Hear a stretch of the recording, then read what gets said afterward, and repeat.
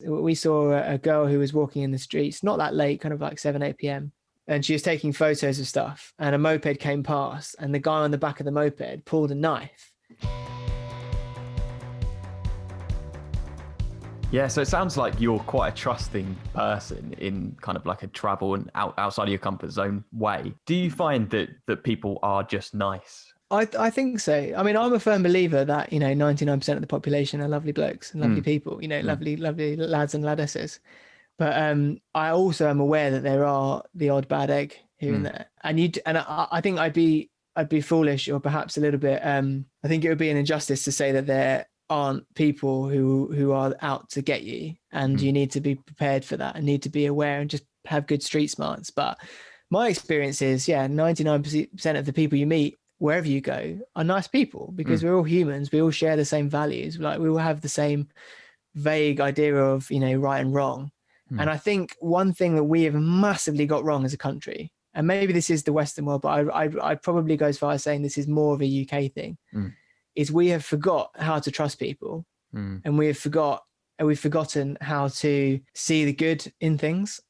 And that's another reason why I love travel, because you're kind of like forced to remember that people are nice. And like, again, on that big Asia trip, that we spent 2 days sleeping in the upstairs floor of this village hut in a rice village in Vietnam, which was like it was about an hour and a half to the nearest town either way. Just the people that worked on the rice fields lived there. And we stayed on the floor just under a mosquito net in this family's house. And obviously this family don't have a lot. It's Vietnam, so it's not exactly a booming economy if in rural areas. And they're farmers. The spread that they put on for us for dinner was more than we'd eaten in our entire trip. Wow. And we were so aware. We tried to return the gesture as much as we could. We left them kind of a little bit of money and kind of like really made an effort to kind of get stuck in. We were there, so they felt like what they were doing was all worth it.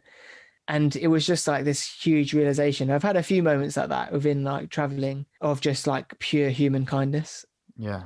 And just like hospitality, and just people kind of going above and beyond to have pride in like their life. They live a life, and they want to kind of be like, we live this and we want you to share in it. And it's like, there is the other side of it, is they're so scared that you're not going to enjoy it, that sometimes it can seem like a little bit much, but you just have to embrace it. You have to embrace it. Like, it's intense, but you enjoy it. Like this rice place we went, this rice village, mental. I'll never forget this.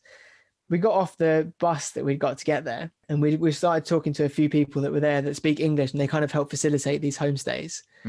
And we were just chatting on the street, and this like guy comes over, and we're talking, and someone spots in the corner there's a snake, and the snake comes out from underneath of one of these buildings. It's a red snake. It's not very big, just a thin little red snake. And one of us goes, "Oh, a snake," like that. But we're like excited, like, "Oh my God, it's a snake." The guy pounced on the snake, picked it up, and killed it. And we were like, "Whoa, we didn't want you to do that." But he was so scared that we had fear about his town, that he immediately wanted to eradicate it. He just like, "I want to make you as comfortable as possible. I'm going to get rid of the snake right now."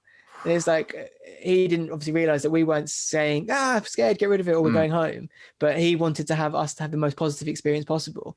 But that, I mean, as much as that's like quite a brutal thing, it's testament to the kindness they have.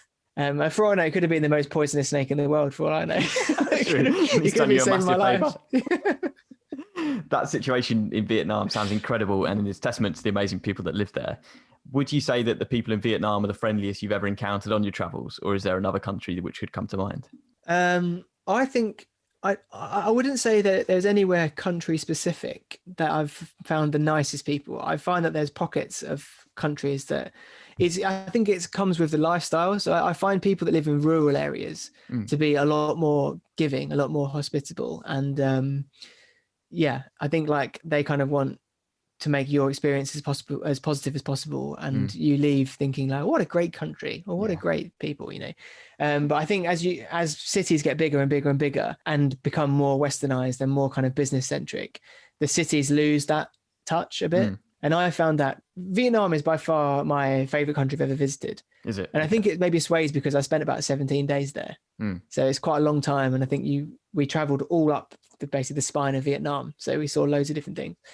And I found that the bigger city, that Hanoi, was the place I enjoyed the least in the country. It just had that sort of, it's still an amazing place, but it had that sort of vibe of being a bit scary at night in certain places. There are obviously like the really crazily backer places where everyone's just kind of getting pissed in the street and that sort of like, you know, a hostile vibe. But I didn't feel as safe there at night. And we saw a few instances. I don't really like telling these stories too much, but I don't want to dissuade anyone from going anywhere. But I think everyone should experience everything for themselves. But there was a few instances in places, Hanoi being one, where we saw like crime happen in front of us that was quite devastating, to the point where like someone had like quite a large amount of their belongings taken in a quite bizarre way. Like you see it in London now, actually, with the moped crime. Yeah. How they kind of speed past you and grab something.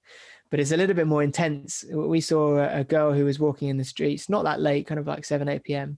And she was taking photos of stuff, and a moped came past, and the guy on the back of the moped pulled a knife. Wow. And as while moving, as going past, cut the straps off her bag and her camera and took the lot and they disappeared. And it happened right in front of us, and it was just like, whoa. And then we had a guide actually on that day, and he'd already warned us to like hold on to our belongings with our hands, don't like have them on straps.